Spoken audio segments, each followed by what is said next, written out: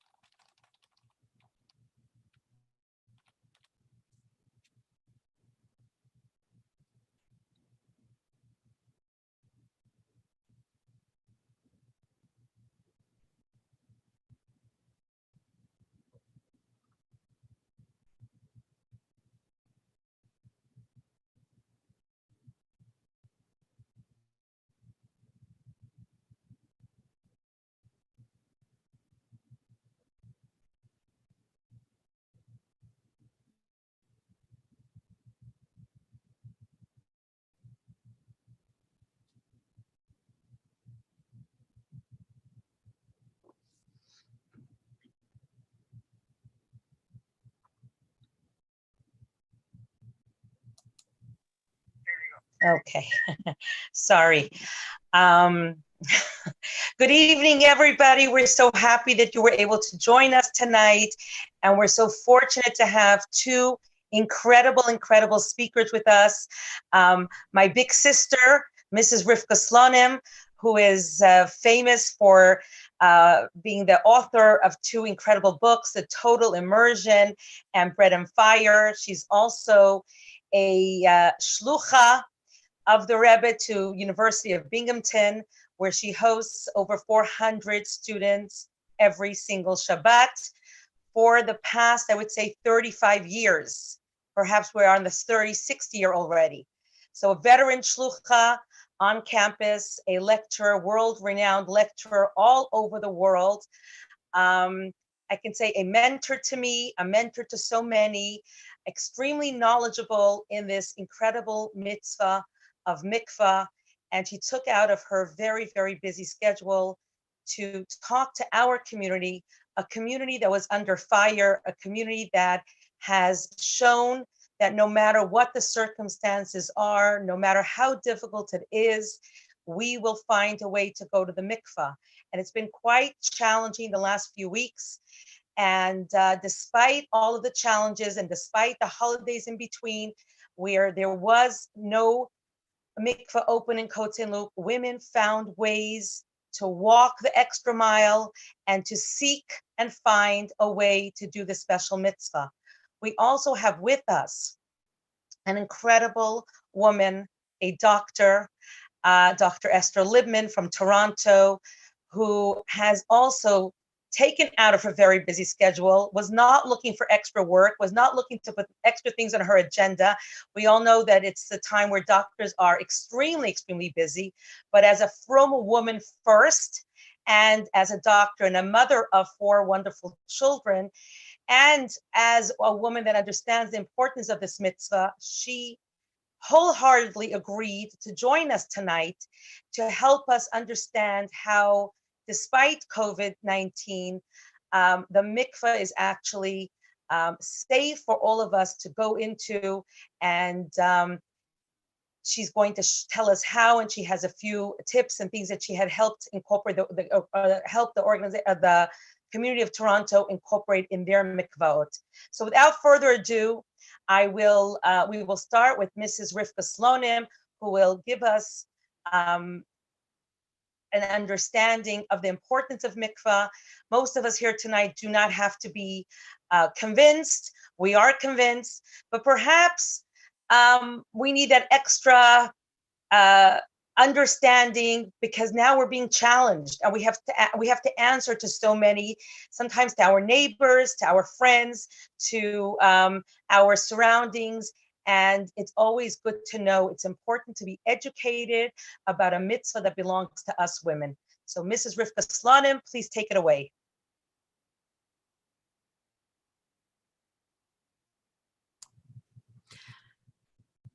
Good evening, my dear sister. Thank you for your kind introduction. Good evening, Dr. Libman. It's an honor and privilege to share this, I guess, forum with you. I guess that's what we'll call it, the Zoominar. And good evening, friends. This is a surreal time for all of us at best and has been downright harrowing for those who have suffered the virus and perhaps suffered losses. So first, I extend my condolences to anybody who has suffered a loss, and I offer my prayers that anybody who is not feeling well should experience a complete and speedy recovery. What I understand from the Rabbanit Sarah is that I will begin with a few words, and then that will segue into Dr. Libman's remarks, after which I will conclude with a few more remarks, and then we will open up for the most important part of this evening, and that is your questions and your comments. Please don't hold back. We very much want this to be a dialogue. I want to take you back with me to about 100 years ago to a city in the Ukraine called Chernovitz. And in Chernovitz, there lived an interesting character. He was a chassid. He was also a decorated soldier in the Soviet army. His name was Reb Hershel Rabinovich. One night in Chernovitz, the rabbi called a meeting. He called for everybody, no exceptions, everybody to come to the shul, to come to the synagogue. And when everybody was gathered, the rabbi explained that there was a malfunction in the whatever primitive mechanism it was in the women's mikvah in the town, and the water was absolutely freezing, and that had to be repaired, and he expected everybody to contribute towards the repair. And one after the other, people said they didn't have money, their assets weren't liquid, their investments had gone south. Everybody had a great excuse for why they couldn't give to this cause. And the rabbi just stood there, and the plate that he passed around just remained empty, and nobody was doing anything, and nobody was giving anything. And Reb Hershel Rabinovich took in this scene. And after a number of minutes had passed with absolutely no movement, he walked to the front of the shul. Nobody asked him to do this. He walked to the front of the Aron HaKodesh, the Holy Ark. He opened up the Holy Ark, and he pointed to the Torah scroll. And he said, "My dear townsfolk, my fellow townsfolk, I just want to tell you that if we cannot raise the necessary money to fix the mechanism in order for there to be warm water for the women to be able to go to the mikvah, then I am going to take this Torah from the scroll and I'm going to burn it to warm up the water in the mikvah." And he continued and he said, "I want you to see my hands. With these hands, I'm going to do this. And don't think I'm just going to take the mantle of the Torah, and don't think I'm just going to take the wooden dowels, Atzei HaChaim. I'm going to take the entire Torah, I'm going to throw it into an oven, I'm going to generate heat to warm up the waters of the mikvah." And the people were absolutely shocked, but they could see in his eyes that he meant business. And it was like a magic show. All of a sudden, it was like the coins came out of the elbow, the coins came out of the ear, the coins came out of the pocket, and they were able to raise all the money they needed to fix the mechanism of the mikvah for the town of Chernovitz. Now you're listening to the story and you're thinking, yeah, Hasidim, they're crazy, they're wild-eyed zealots, these black-hatted fanatics, but they're crazy. Okay. So please come with me back in history a little bit further. If we were sitting in one room, I would ask you to raise your hands. But the way it's set up, and I'm spotlighted right now, so I can't see too many of your faces, even though we're playing Hollywood Squares here. And so I can't ask you to shake your hand, to raise your hands. But I'm pretty sure that if I asked you to raise your hands, most of you would say that you had visited Israel and that you were atop Masada. And on the top of Masada, if you go for, a tour, you'll find that there are the ruins of one of the most ancient mikvaot. And people marvel often at the intact ancient ruins that are so similar to the mikvah pools constructed today. But I want to share with you that I think that all of this wonder and marvel overlooks a startling fact. And that is, who built the mikveh atop Masada? Let's take a look at this. Who built it? It was built in the 1st century. It was the last decade before the destruction of the Second Temple.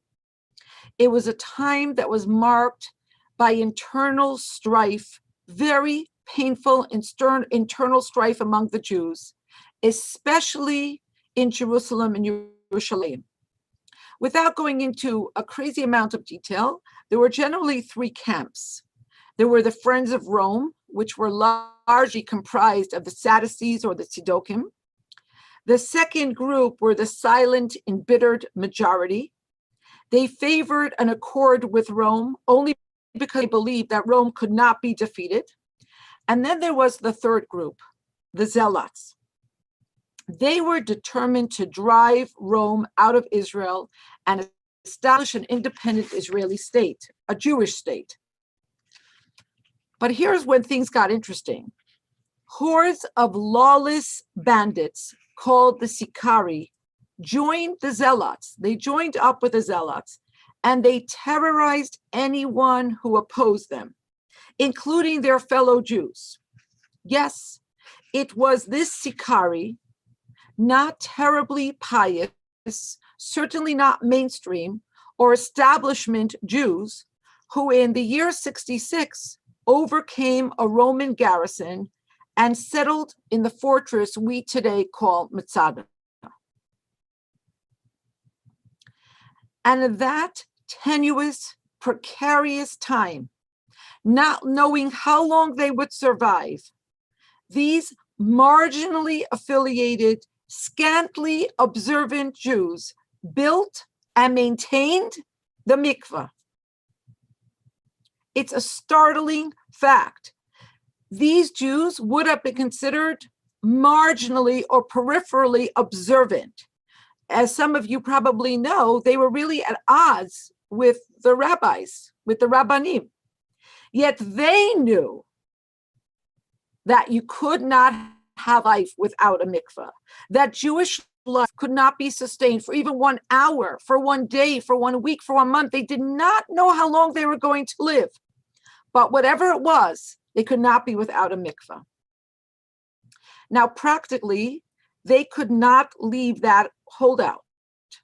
Clearly, they were not maintaining the mikveh to retain spiritual purity, to visit the temple that would fall decisively just a few years later. So they built and maintained the mikveh for only one purpose, taharat hamishpacha, family purity. Now think about that. I want you to think about that for a moment. And then I want you to add another overlay. And here historians are divided on if the Jew atop Masada suffered a dearth of water or not. According to some, they did. It was very hard for them to bring water up into that fortress.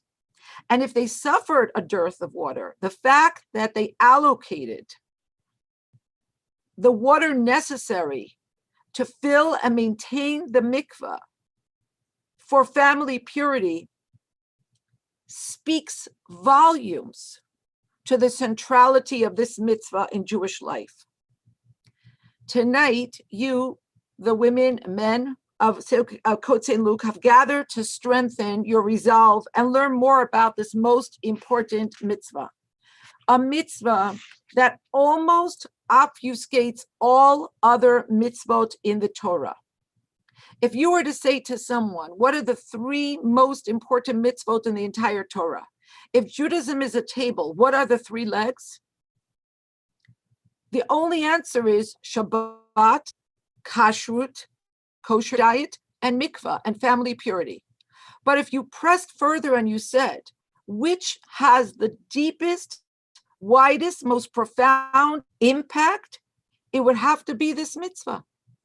Because when the woman goes into the mikvah, she brings not only herself, but the souls of her husband, her children.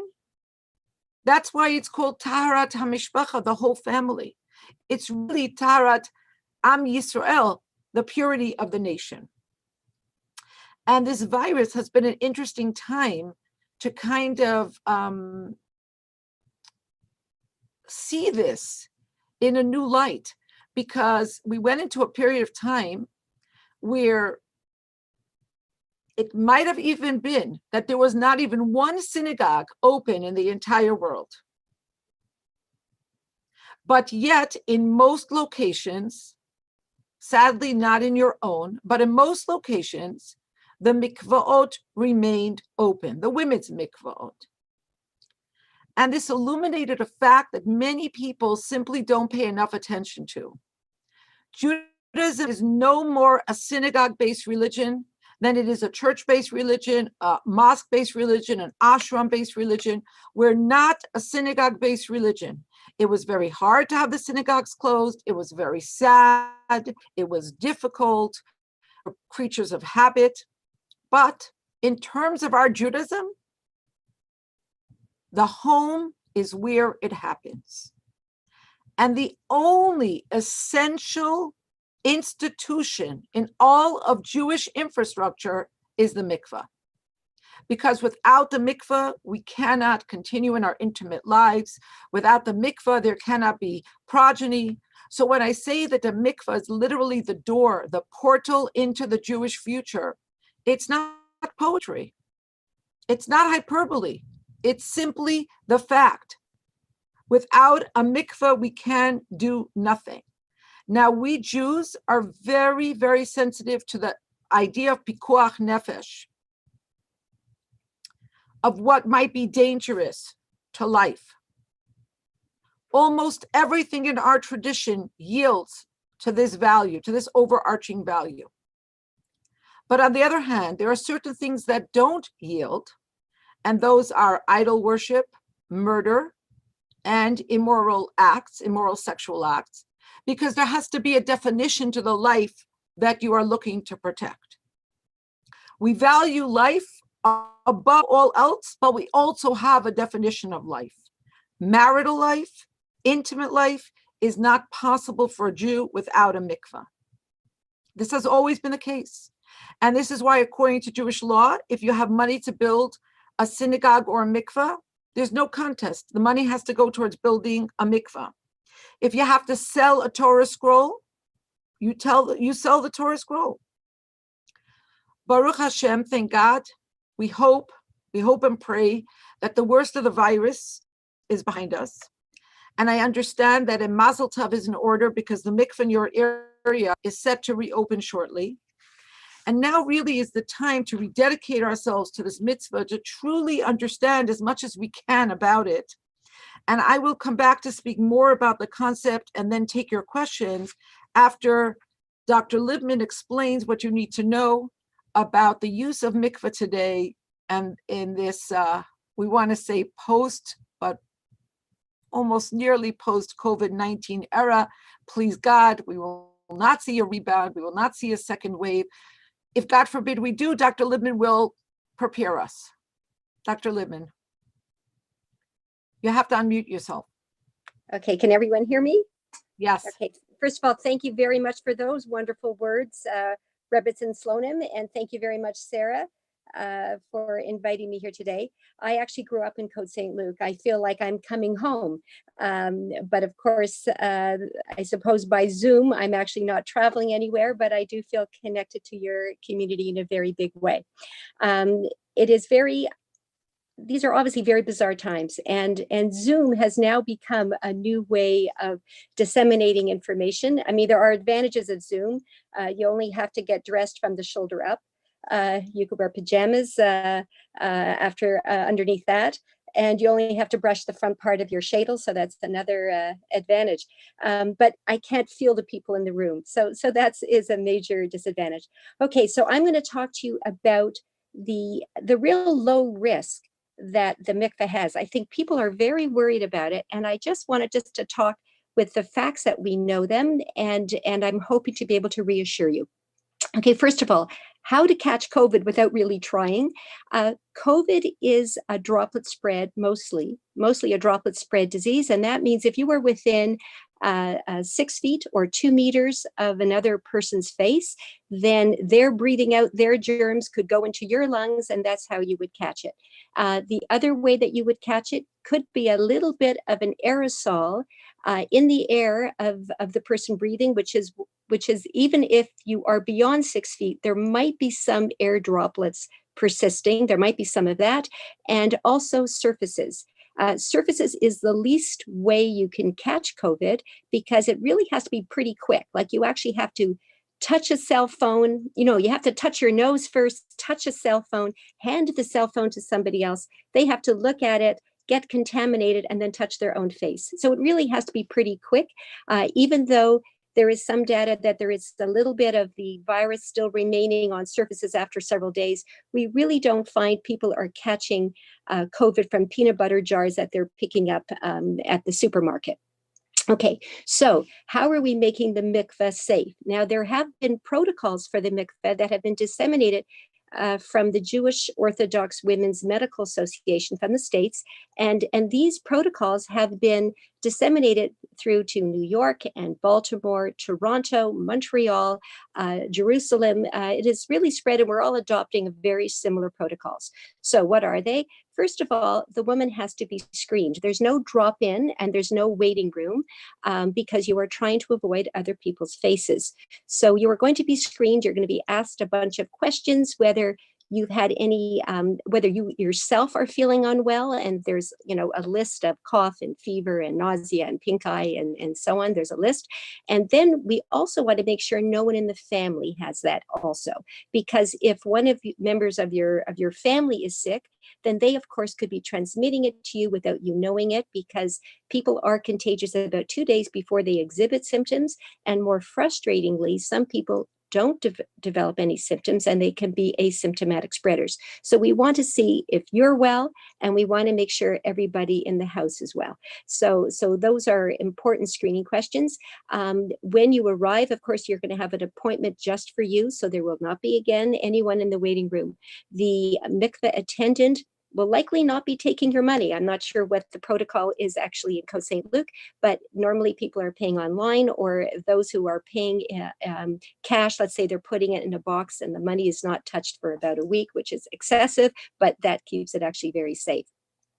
Now, the mikveh attendant should have a mask, and she should stay well apart from you, more than 6 feet, I think is even preferable. All the preparation to toivel all must be done at home. There's going to be no shared nail clippers or brushes or combs. Basically, you want to minimize the time that you are in the mikveh, because you don't want to be breathing in too much air, just in case somebody previously didn't know it, had a bit of COVID. You don't want to breathe in too much air. You need about 1,000 particles of virus to get sick.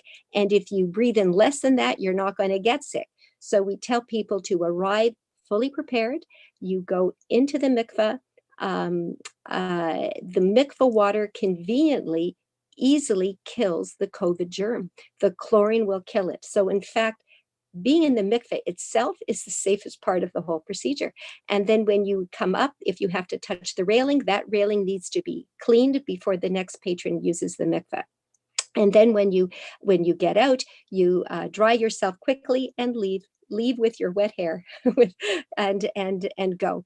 And if you do all that, then the mikveh is really a low risk activity. And when people say, well, how much risk? People have risk in life. There's a risk if you cross the street. There's a risk if you're in the car. You want to make sure that you only are taking reasonable and low risk in your life. And this is really regarded as a low risk activity. Now, I'm very happy to take any questions after, and that's all I have to say. And I'm hoping that this Megeva will be over soon, and we will all get through it together. Okay, be well.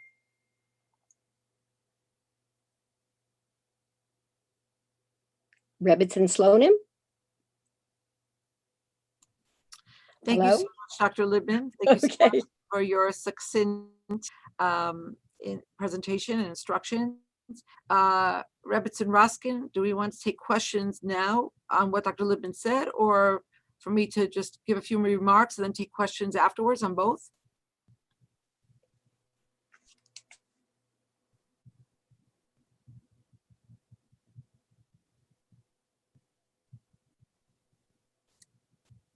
Okay, I'm trying to read her lips.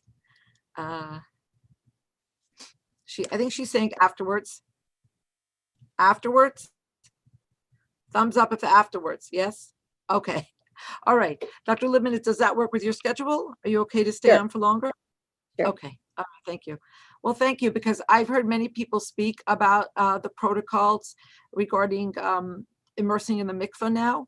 And I think Dr. Libman did just a spectacular job of streamlining it, very, very clear, very, very practical. And I thank you for that.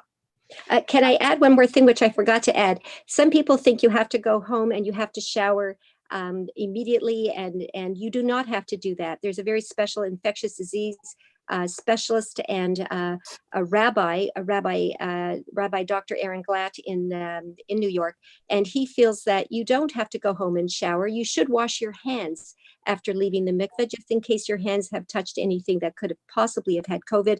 Even if your hands are dripping with COVID, even if you have a cut on your hands, you're not going to transmit that COVID germs to you unless you take your hands and touch your face. So we say, don't touch your face, wash your hands, then you won't catch it and you don't have to take a shower. And now to you, Rebitz and Slonim. Perhaps one of the most efficacious aspects of wearing a mask is that it makes it harder to touch your mouth and your nose. Right, yes, agreed. Quite apart from any other things that might help us with. All right, so I wanted, with the time we have left, to just speak a little bit more about this special mitzvah about mikvah. And I see that on the chat group, we're being told that if you have questions and you want to have them addressed, then send them by text to Mrs. Ruskin. Alternatively, perhaps if you want to put them in the chat box, we can do it that way. So I want to go back to basics and just talk about when is a mikveh used in this current time, what most people call this post-temple era, but what we in Chabad prefer to call this pre-temple era.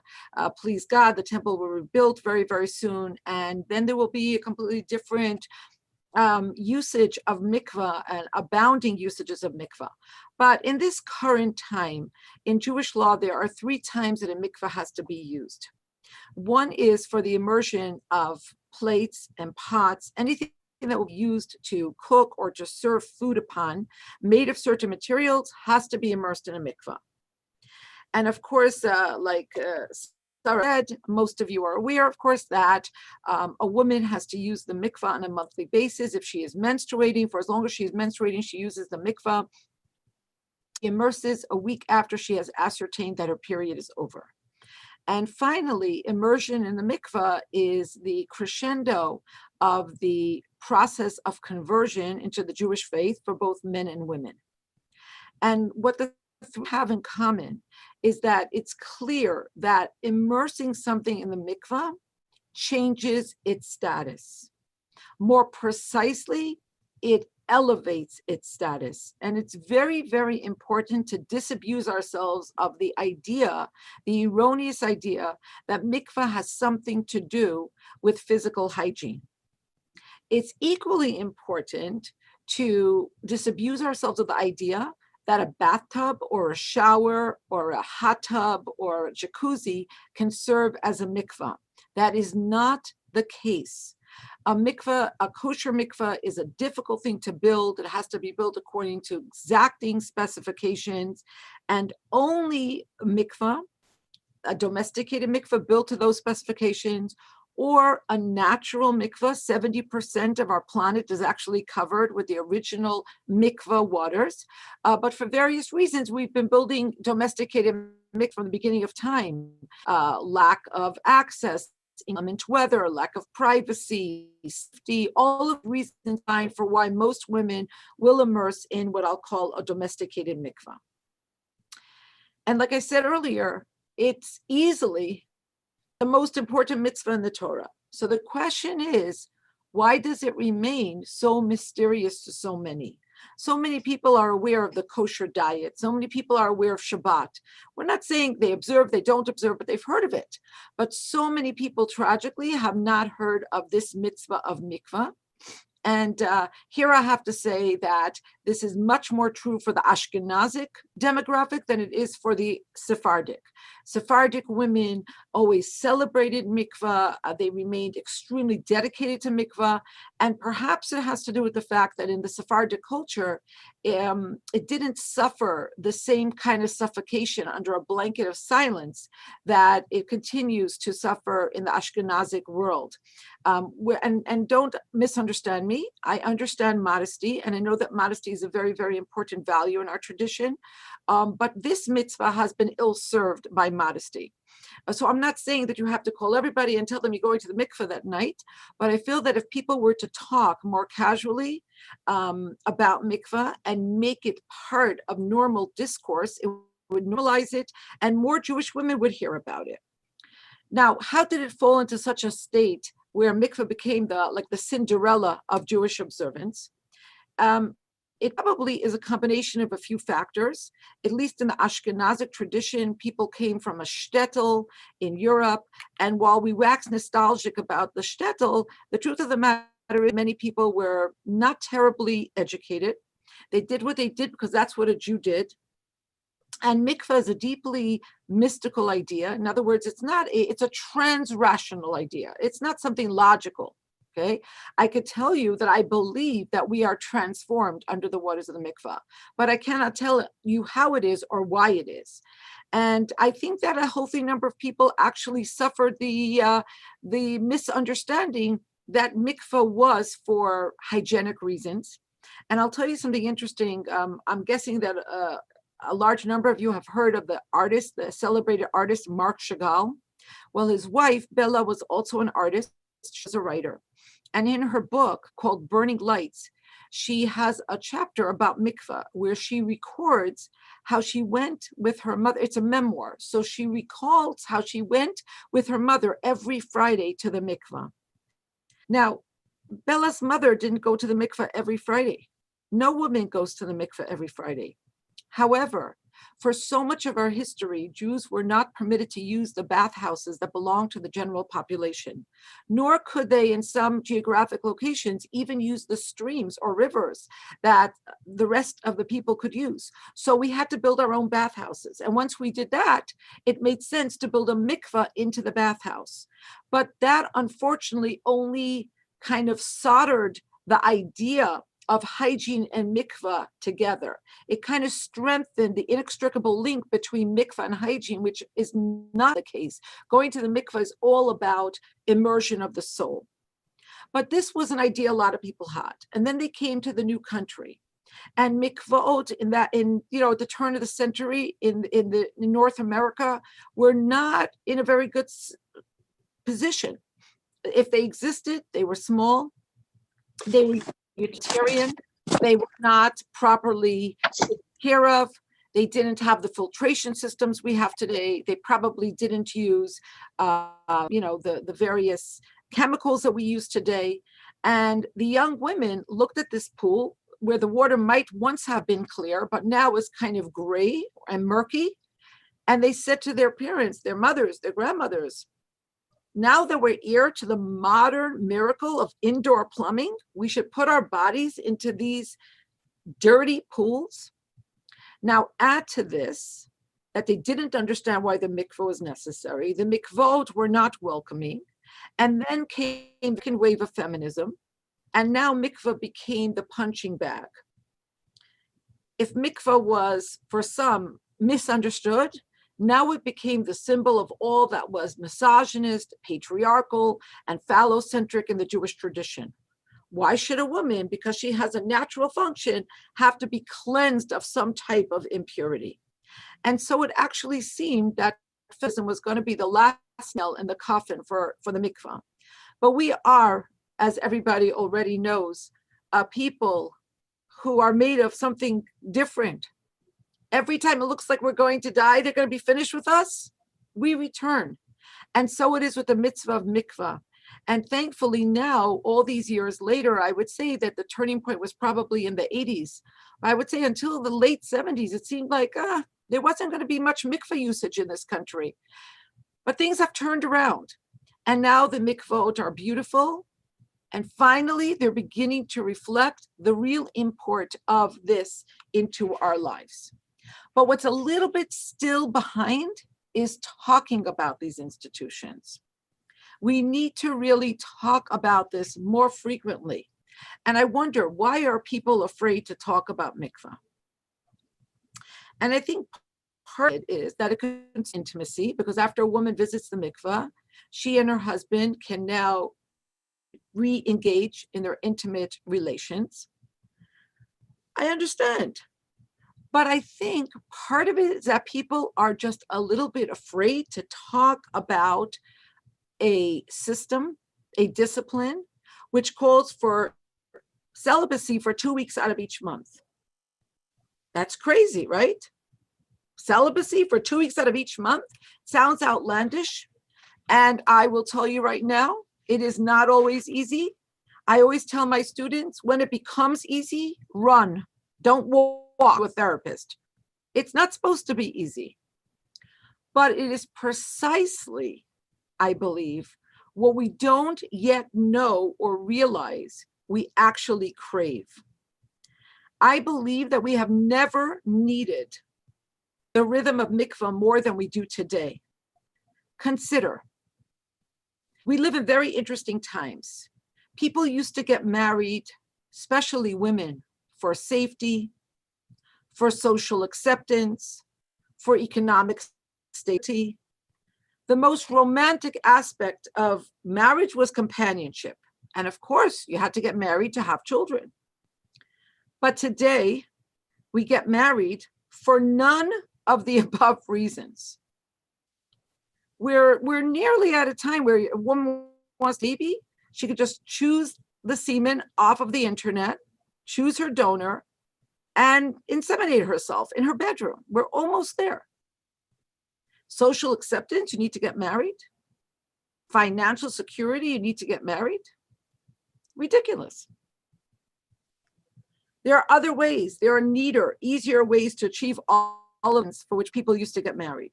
For the first time, people are getting married because they are choosing that lifestyle. And why?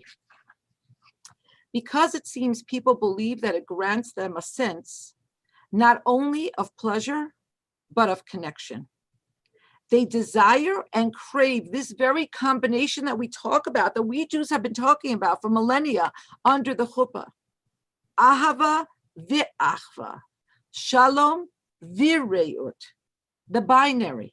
We want love and we want companionship. We want peace and we want friendship.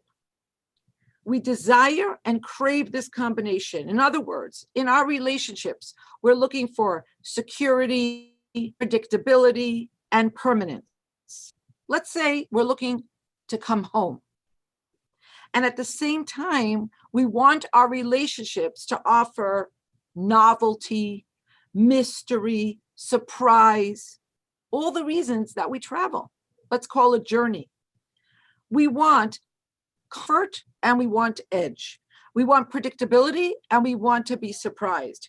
We want to desire, which necessitates distance. We want erotica, which is built on the elusive, and we want comfortable friendship. It's like we want to have a brand new sexy stiletto in all the comfort of worn slippers. And I want to propose that there is a system in this world. It's a great gift given to us by God that feeds exactly this binary dynamic, and it's called mikvah. Now, what I don't want to do is for a nanosecond have you believe that I think that mikvah is a panacea to all social ills, that it's going to heal magically a fractured marriage. I'm not saying that. I don't think it's going to heal a fractured marriage. Okay. But I think it infuses marriage with a dimension that simply cannot be come by in any other way. We have the good doctor on with us. So who am I to talk about anything biological or chemical? But I live in Binghamton, New York, and a little bit further up in my parts in Ithaca, there was a professor for many years, Dr. Cindy Chazen, and she actually studied chemistry. But when she talked about the chemistry between people, she wasn't talking about like what we do. We talk about chemistry in the pedestrian sense, like you and I have chemistry. She actually studied the combination of dopamine, oxytocin, and phenylethylamine that flood the system at the beginning of a relationship. And she actually charted just how long that's true. And evolutionary biologists love this because that is sustained for just about the amount of time you need to court, that's an old-fashioned word for date, marry, and produce 2 children, basically kind of replace yourself, okay? And then at that point, it kind of just fizzles off. People start to believe that something went awry with their relationship because not feeling the thrill of what it used to feel like. But here's an interesting thing. When you engage in a system that has you pull apart at intervals, you kind of elongate this dynamic. And you have a situation where people are waiting to come back to each other 10, 20, and even 30 years after they've been married to the same person. Now, again, misunderstand me. It's not a magical cure. But I feel extremely comfortable saying it is a wondrous gift that, like I said, infuses marriage with a whole new dimension. I get nervous when I hear people talk about mikvah and they promise you that your sex life will be off the charts and your marriage will be sublime. Just like it gives me hives when people talk about a mikvah like it's some kind of beautiful spa, which thankfully most mikvahs today are. But a spa is where you go if it's your thing and you have disposable income and disposable time. A mikvah is where a Jewish woman goes, and sometimes she feels like going, and sometimes she doesn't. And here's the good news. For every woman that goes under the waters of the mikvah and hears celestial choirs, and meets the imahot, the matriarchs, and feels connected to her great-grandmother, and feels transformed and renewed and rejuvenated and is levitating, I promise you there are 9 who come out feeling cold and wet. And that's okay. Somewhere, somehow, we have begun to collate the words godliness and spirituality. They're not the same thing. Spirituality means an experience that transcends our physical senses, something beyond what we can see, hear, smell, touch.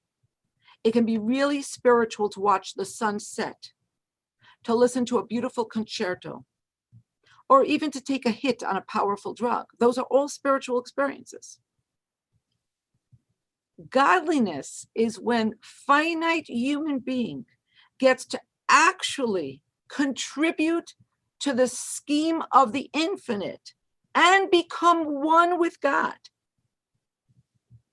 through doing a mitzvah.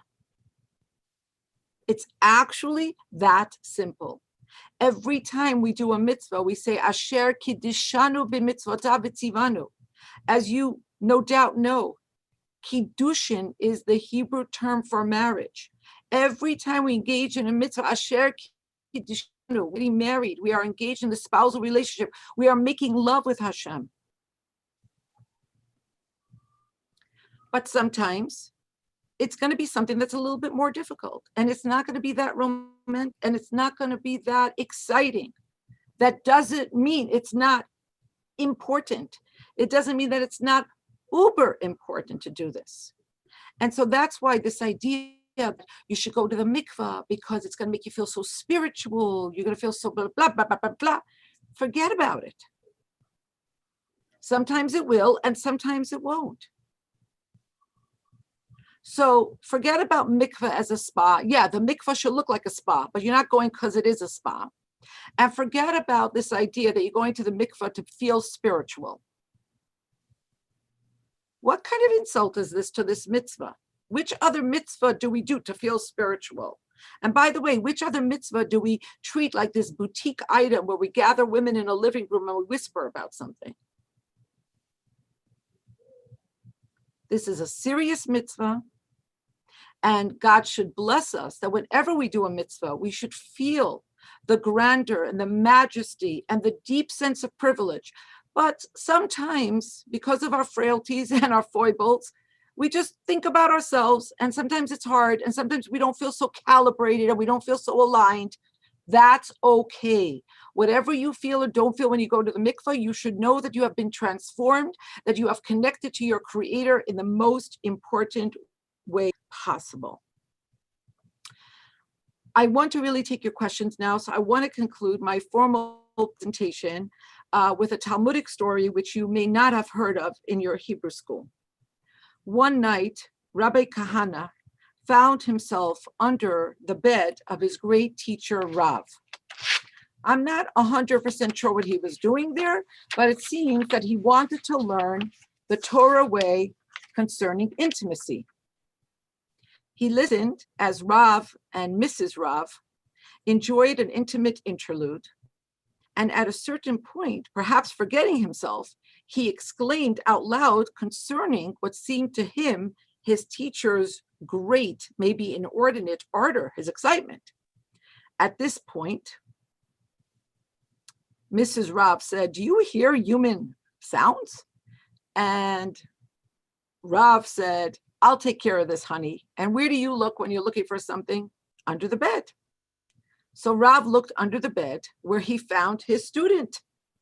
And at this point, Rav chastised him and he told him that what he was doing was inappropriate. To which Rav Kahana exclaimed, "It is a matter of Torah and I require to learn it." There was no reply on the part of Rav, nor the authoritative Talmudic narrator. And that, I believe, is instructive. So because I believe that no one should have to climb under the bed of their rabbi or their rebbitzin, I am inviting all questions about the subject at this time. There is so much they have not touched on yet, but I'm happy for it to come out during the questions. And I know that Dr. Libman is equally happy to entertain your questions as well. So I don't see any questions in the chat box, but maybe Rebbitzin Raskin has some questions that have come into her by text. Firstly, thank you so much, my darling sister. Thank you, Dr. Libman, for giving us so much time. And we do have, I'm inviting all of you to either put it in the chat box or send it to me by WhatsApp. But I do have a question here, and that is for the doctor. And the question is it safe to go to the mikvah with recent surgical scars? They may not be entirely closed and with a compromised immune system. There is chlorine in the water, but is it really killing all viruses and bacteria in the water, since the water is not hot enough to kill germs or secretions in the water? Usually pool water is cold in order to kill germs transmissions, and hot tubs are considered germ transmitters. Can you please answer this, Dr. Libman? Okay. So first of all, that is a bit of a tricky question, because this answer would be a case by case, depending upon how healed the lesion was. The more open the lesion is, the more susceptible it is to having germs go inside. So I would be reluctant to have someone toivel if the lesion looked gummy and open.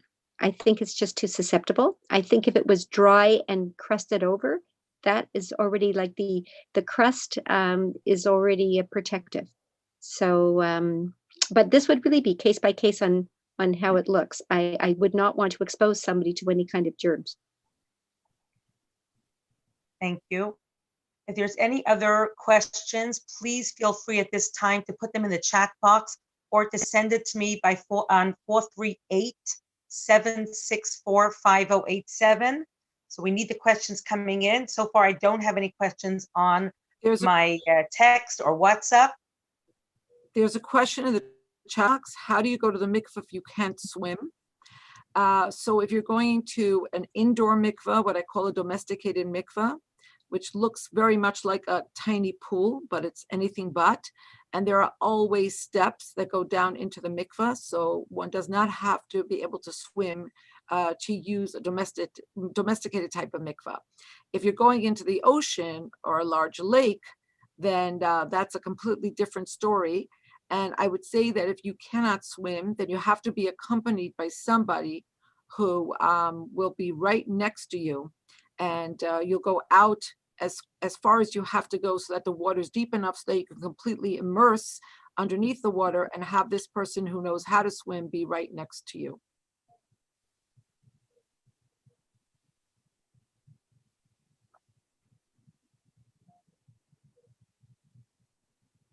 Okay, we have a question that just came in.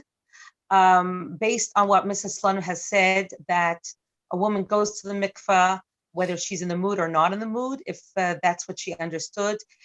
She comes, most of the time, the woman says, I am in the mood. I do come home and I find my husband in a different mood. Can you give us some tips on that concept where husband and wife are on two different settings? Well, like Dr. Libman said, when she was questioned earlier about the scars after surgery, I would venture to say that this is a much more complex dynamic, and certainly is not a one size fits all, but I'll try to throw out a few thoughts. First, I would love to speak to the husband. I know this question is from the wife, because I think it's important for Jewish couples to know that in Jewish law, sexual intimacy, sexual gratification and pleasure is a woman's privilege and a man's obligation. And there are a number of times where a man actually has an obligation of biblical proportion to pleasure his wife. And one of those times is when she comes home from the mikvah. Now, of course, in the duration of what we hope is a long relationship together, obviously there's going to be various degrees of desire by each one of the couple, and that could have something to do with a lot of different factors. But all things being equal, that is considered a special night, and if not in the mood, then he should do whatever it takes to get in the mood, is what I have to say about that. Having said that, as I alluded to earlier, this is very, very complex, and I don't know what she might be doing to create a situation where he's not in the mood. In other words, I'm not saying she's doing anything, but one of the things I think it's really important for all of us to remember is that the quality of their intimate life in the bedroom is going to be impacted by what happens in every other room in the house. So the question is, what is going on with the rest of their relationship, and if it's healthy and all is as it should be, then you have to ask other questions. Is there something about the mikvah night that puts him off, or is there a disparity in desire at just across the board for them?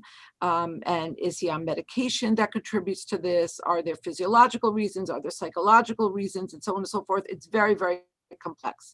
But generally speaking, maybe he just needs to hear from a mentor who's a man, what his obligation and what his responsibility is here, especially on mikvah night. Okay, thank you. I have another question here. My mother always took us to the mikvah for either lack of having a babysitter or perhaps for giving us, exposing us to that notion. As I grew up, I was always taught that mikvah is very hush hush night. We don't talk about it. We don't tell friends. We don't share it with our children, and we try to get a babysitter and we make up a story where we're going. Now you are proposing that we take it from under the hat and we expose it. Would you tell us to sit down with our children and talk to them about it, let them know when we're going? What is the middle road between keeping the modesty in the bedroom and exposing our children to something that we want to give over to the next generation? Well, I mean, it's exactly as the questioner put it. It's two different things. I think you definitely want to tell your children about it in the right time and at the right age and the right stage. But if it's not something that's spoken on, children could live, their entire childhood in their parents' home, and perhaps not even know that their mother is doing this on a monthly basis. And we can't always expect that children will go on to do this themselves simply because they're taught at a certain magic age in their life. And that's what I said earlier, that in the Sephardic tradition, it did not fall away because organically it was passed down from generation to generation, and it was not something that was kept hush hush. So I do believe that children should be told at the right time, at the right age, and that's different for every child. And I think both girls and boys should be told about this. That does not equal knowing exactly which night their mother goes. I think there is such a thing as too much information, because we have to be prudish about it, but because it's uncomfortable for the child. I think we have to honor that. And I want to explain that for a moment. I think that as people grow old and they learn about the birds and the bees, you still never think about your parents doing that. And there's a reason for that. It's not because, again, because of prudishness, and not because we believe in immaculate conception, but there's a child within, there's a pure place within us that knows a truth that's higher than reproductive physiology. And that is that we do come from a place that transcends, can be described. And perhaps for this reason, we don't think about how we came to be. How did we come to be? We came, hopefully, with Hashem's help, because our parents love each other and are devoted to each other and empathize and sympathize. That's where we came from. So I think there's a very big difference between telling your child, I'm going to the mikveh tonight, and speaking with your child and telling them, I go to the mikveh every month. And go as far as saying that if it should happen that a child finds out that you went to the mikveh, you know what? Say yes. It's a private thing, but yes, that's where I was. I'll tell you a funny story. When I was taking Kala classes, that is when I was first introduced to these laws, I remember that my instructor told us about how one night she had to go to the mikveh, and she told her children that she was going to a meeting, a Hadassah meeting. Hadassah used to be a very powerful women's organization in North America. And so she left the house and the phone rang and one of her children answered, and the woman said, where is your mommy? Which, by the way, maybe you shouldn't do. You should just say, can I speak to mother? And if the child says she's out, don't say, where's mommy? But this woman said, where's mommy? And the child said she went to a Hadassah meeting. It so happened that the caller was the president of the Hadassah chapter in their neighborhood, but she hadn't heard about this meeting, and immediately she believed that there was some type of insurrection and she was going to be booted out, and it started a whole conflagration. And I remember she taught us, whatever story you tell your children, do not tell them a story that's going to create a fight or a problem. Think about what excuse you're using. So that's, neither here nor there.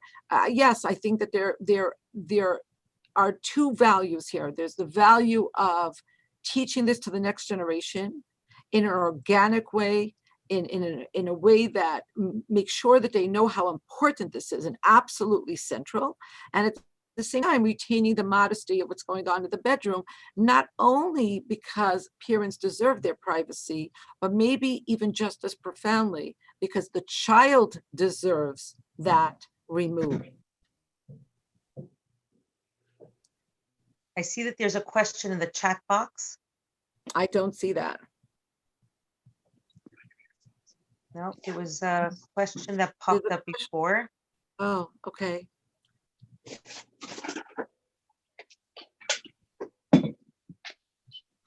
You see it? Nope. I see the question, Okay. How do you go to the mikvah if you can't swim? But we talked about that. Okay. So here is the next question.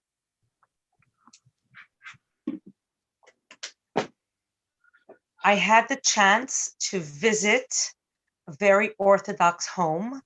To the shock I should have not gone in. I was actually looking to buy a house, and it was a house of an Orthodox home. I went into the master bedroom, and I noticed that there were two large beds in the bedroom.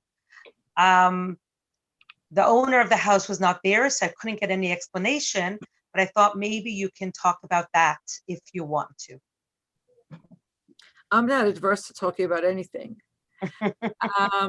So it's biblically forbidden for a Jewish woman and her husband to engage in sexual relations during the time of her period, until after which time she immerses in the mikvah. During the time that she is in nidah, that is the biblical term for from when she gets her period until after she immerses in the mikvah, they should also abstain from hugging, kissing, caressing, petting. This too, according to most opinions, is biblically prohibited. And then in addition, there are a host of actions that are prohibited simply because we are creatures of habit. And one thing can lead to another. And there is a default understanding that because these two people are married, there's a sexual tension, there's desire, and therefore they have to be careful. It's kind of like, imagine if you had an allergy and you knew that if you ate peanuts, you'd go into anaphylactic shock. So if you find yourself at a wedding or some other event, you wouldn't just desist from eating the foods that very obviously have peanuts. You would go find the caterer and ask them what else might have peanut particles or made with peanut oil or what have you, because the risk is too great. You just don't want to die at this wedding. And it's the same thing. The risk of transgressing, of trespassing, of actually having intercourse when a woman is a nidah is so great spiritually that the rabbis put into effect, like I said, kind of this buffer zone. Okay? So it's kind of like putting a fence around a manhole so we don't fall in. And I would say that the most important of all of these is the institution of two beds in the bedroom. But let me give you ideas of some of the other things. Not to eat from the same plate, not to drink from the same cup, not to sit very close to each other where they can feel each other, and things like that. So clearly, the one area where we have to assume there's the greatest chance for them to trespass is in the bed. And for this reason, for the time that a woman is a nidah, she and her husband would sleep in separate beds. When she is no longer a nidah, that is not necessary. I hope that helps Thank you. explain. I think that helps, but I the think questions that are coming up, which is in connection, which maybe we can touch upon, really you have answered, but maybe a bit more, because 3 questions just came up privately. I'm okay to go to the mikvah. I understand the importance of going to mikvah. I am just a very needy person, and I need to be hugged, I need to be caressed, I need to be kissed, and that part is too hard. And so one person is saying, I actually stopped going to mikvah because I figured if I can't do it all, I might as well just enjoy my life.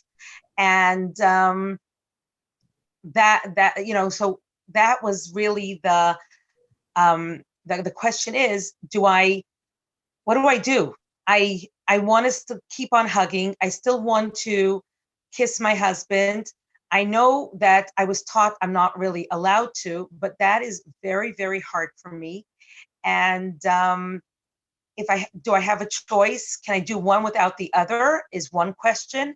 And the other question is, it's just hard. I try it for 2, 3, 4 days. Most of the time during my period when I'm anyways not feeling well and I want to be left alone. But after that's gone, I just want to hold hands, hug, and I feel I can control myself. All right. Well, the first thing I want to say is congratulations to you. It sounds like you are in a strong marriage and you have healthy libido and you have healthy need to be touched. So that's all good news. In terms of how you should proceed. So there's 2 things I want to say here.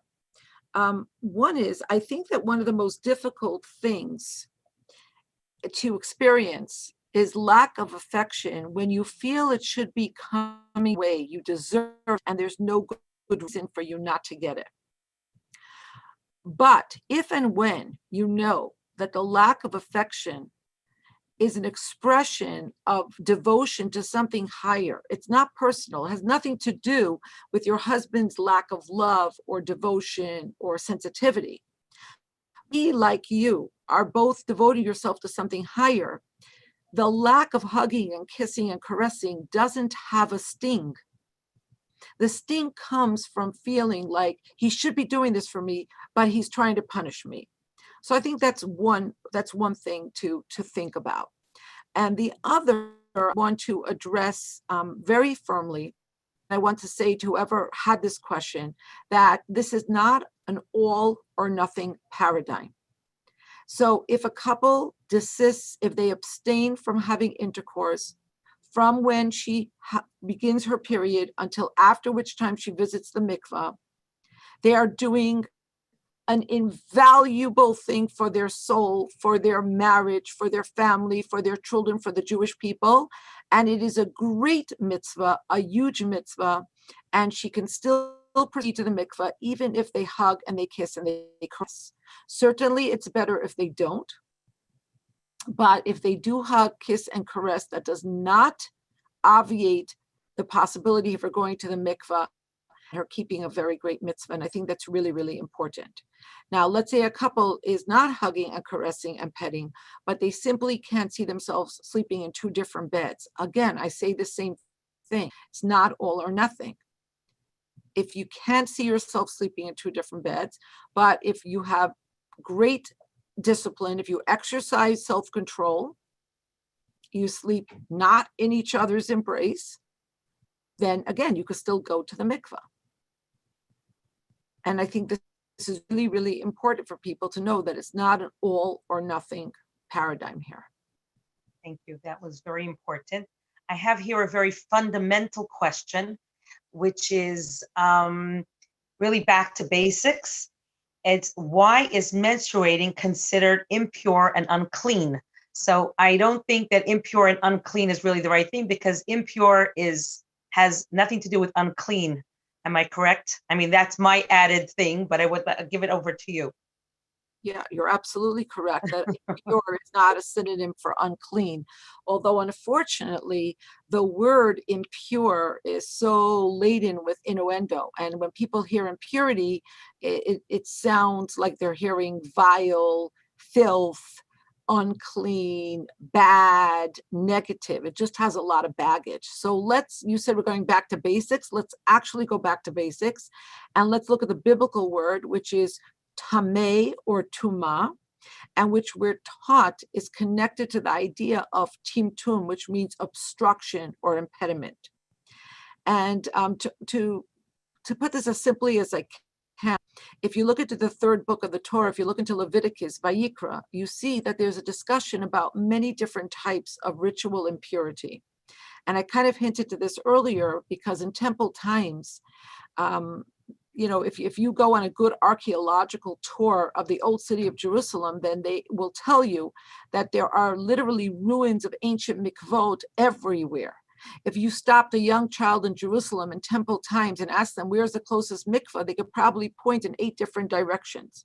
And that is because all tameh, all tuma, forgive me, in Jewish tradition comes from death, from the eclipse of life or the truncation of life. And that can happen in many different expressions, in many different iterations. But all of them cause a person to fall into a state of tumah. Now, let's understand this a little bit more. We know that the Hebrew word for world is olam. The iman of the Hebrew word olam is he'elem, which means to obscure or to shroud. The world obscures its creator. The world perfectly shrouds, masks its creator. It's a game of peekaboo.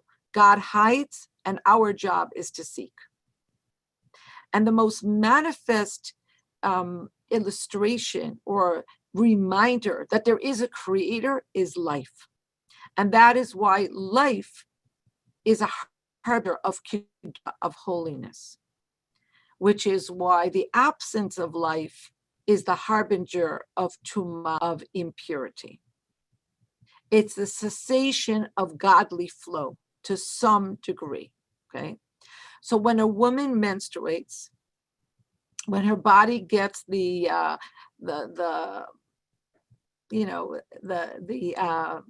signal that she is not going to fertilize an egg that month. It's not going to happen.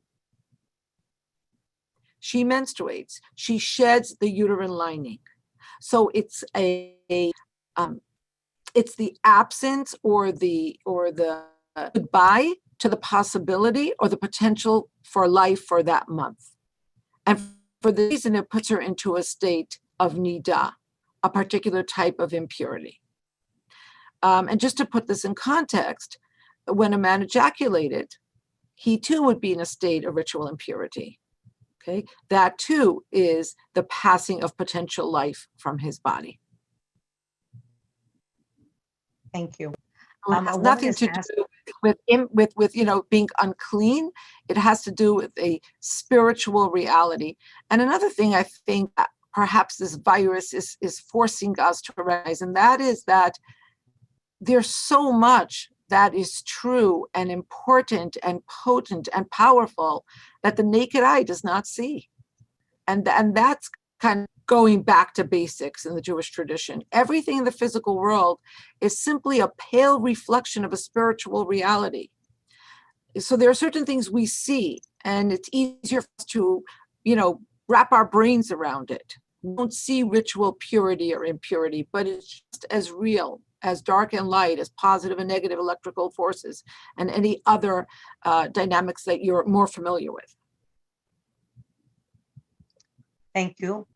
A woman is asking if you can touch upon a bit about after birth. Why is it that if we're bringing life into this world and we're wishing each other mazal tov because it just had a baby, why does it have to come with the concept of a nida at such a crucial moment when I need my husband in so many various different ways, and then here I am, a nida for 4 or 5 weeks? If it's about bringing life into this world, then why is it associated with nida? Okay, so that's a very good question, and it's an oft asked question. Again, when the semen leaves the body of a man, it's the leaf taking of potential life that puts him into a state of impurity. When a woman carries a child within her, is pregnant, there's a tremendous kedusha, there's a tremendous holiness that she is carrying with her. It's almost like she's an ark for a Torah scroll. And when she gives birth, in the wake of parturition, there's the absence of that holiness. And just like nature abhors a vacuum in the physical sense, the same is true in the spiritual sense, in the metaphysical sense. So where there was holiness, there's now a type of impurity that fills that space and dissipates after some time, after which she goes to the mikvah. Now, interestingly enough, in biblical times, if you look at the Parsha in Vayikra, Tazria, you find that after giving to a boy, there was a certain amount of time a woman waited before she went to the temple to bring sacrifices, before she was able to go to the mikvah. And actually, after she gave birth to a girl, she had to wait double the amount of time. And at first blush, this seems to be exhibit A for just how patriarchal and misogynistic tradition is. But actually, it's again speaking to this idea.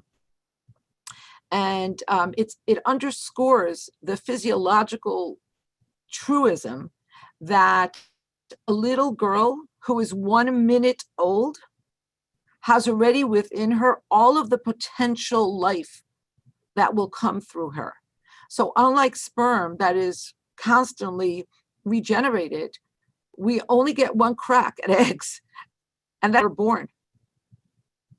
So while a little boy is a source of great kedusha, the little girl is a much more potent level of holiness, because it's one life and all the potential life that passed through her.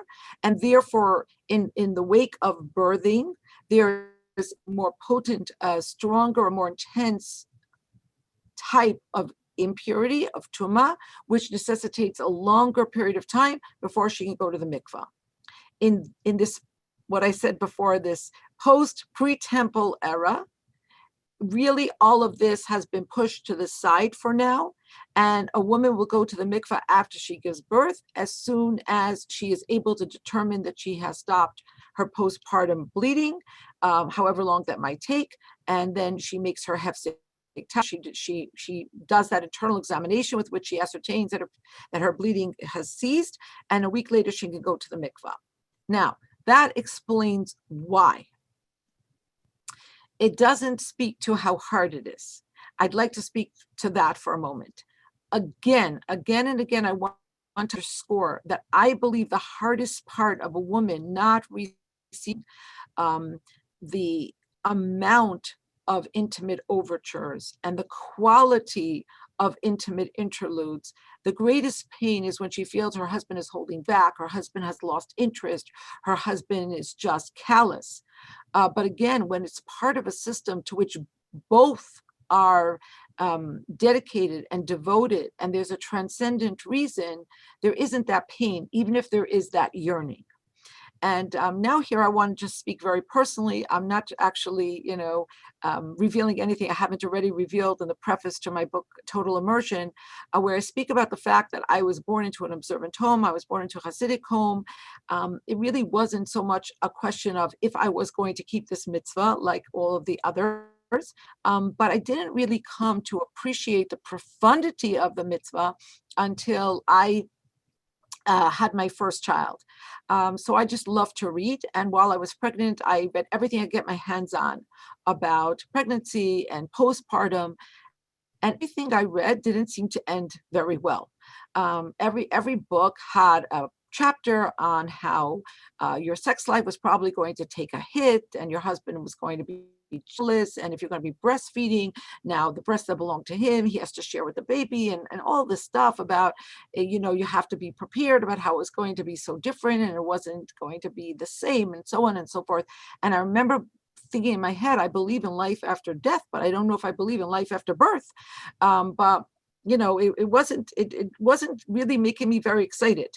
And after I had my first child, it took me a very, very long time to stop bleeding for whatever reason. It's just what happened. And by the time I was able to go to the mikvah, I remember it being just an extraordinary experience. And if anything, my intimate life became outrageously more wonderful afterwards about the discrepancy between what I had read and what I had experienced.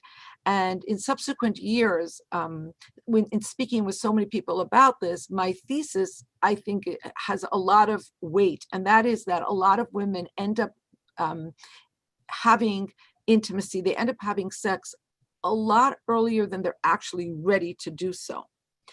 Because everybody says they just want to snuggle, they just want to caress, they just want to spoon, they just want to hold each other. But at a certain point, it seems a woman starts to feel guilty that, her husband has been so patient, he's been so nice, he's been so good, she should do more for him. But very often she's not really ready. And he, if he's not that intelligent, may even say something, but sometimes he doesn't say something, but you kind of feel like he's disappointed or it wasn't as good as he was hoping for. And then she says, what? I went out on a limb. It was painful. I wasn't ready for this, but I did this for you. And now you're turning around and you're calling me a frigid, whatever. And it just begins to spiral downward.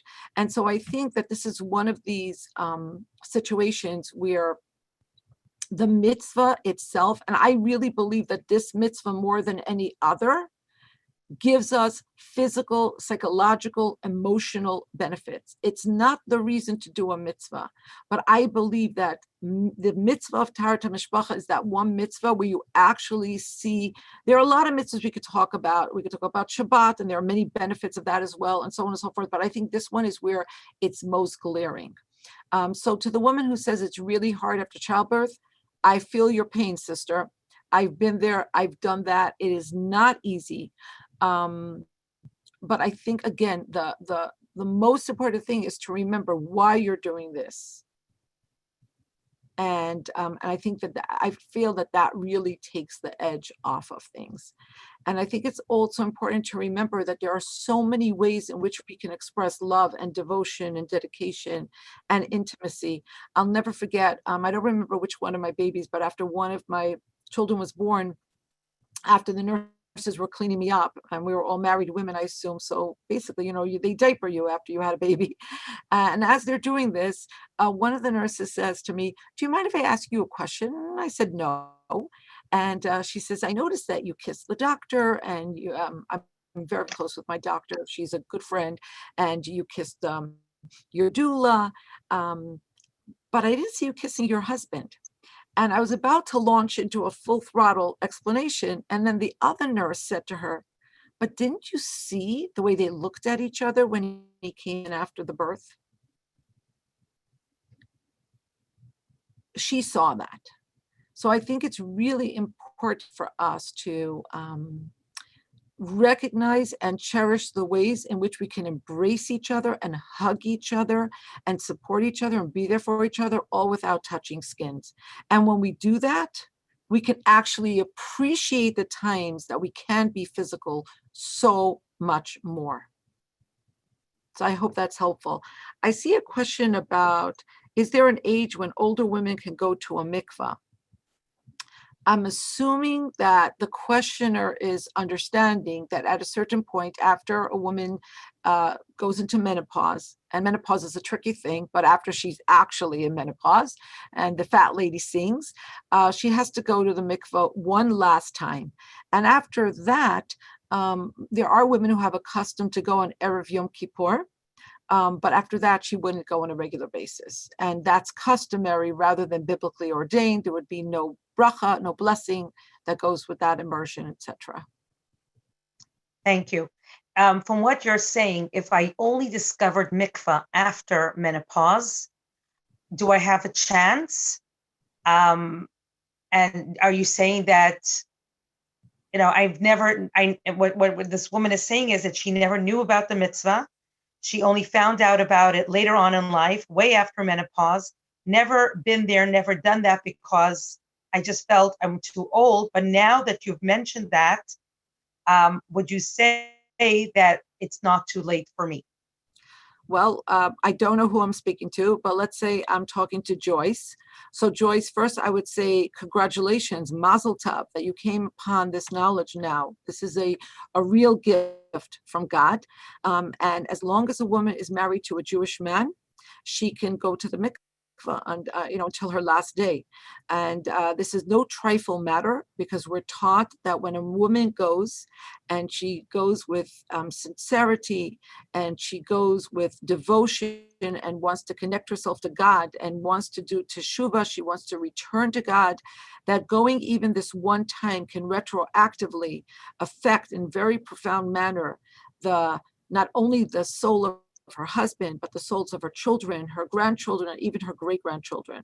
So by all means, if you are married to a Jewish man, you should call a rebbitzin immediately and find out the details of preparing to go to the mikvah, and mazel tov to you. I'm really, really excited for you. So my dear sister Rivkah and Dr. Esther Libman, I thank you so much. I think this has been extremely interesting and eye-opener for so many. And I wish that all of those that participated, I'm hoping that all of those that participated learned a lot and will go back to the mikvah with excitement, with a newfound knowledge and education. And again, I cannot thank you both Dr. Esther Libman, for taking of your time to explain to us how safe it is in light of COVID-19, and that we have nothing to worry about, and we should go, and provided that we are healthy, and the mikvah is extremely clean and has all the new rules instituted, and et cetera, et cetera. And thank you, Rivkah, for being such a source of knowledge and giving it over so clearly, so precisely, without mincing any words, and allowing us to have a better understanding of a mitzvah that we own, that is our right, that is our gift, and is so important to our marital life, and a mitzvah that also enhances our marital life. So thank you all. Thank you for joining us. A wonderful night to everybody. Have a good evening, everybody. So nice to see you. Thank you, Dr. Libman.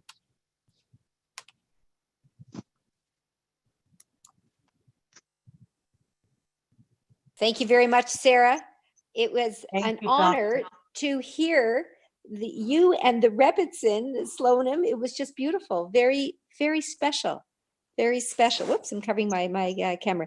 It's just beautiful. Thank you very much for allowing me to play a very small role. Thank you. You played an important role, and I thank you for jumping on the bandwagon despite your busy schedule. Okay. Take care. Be well.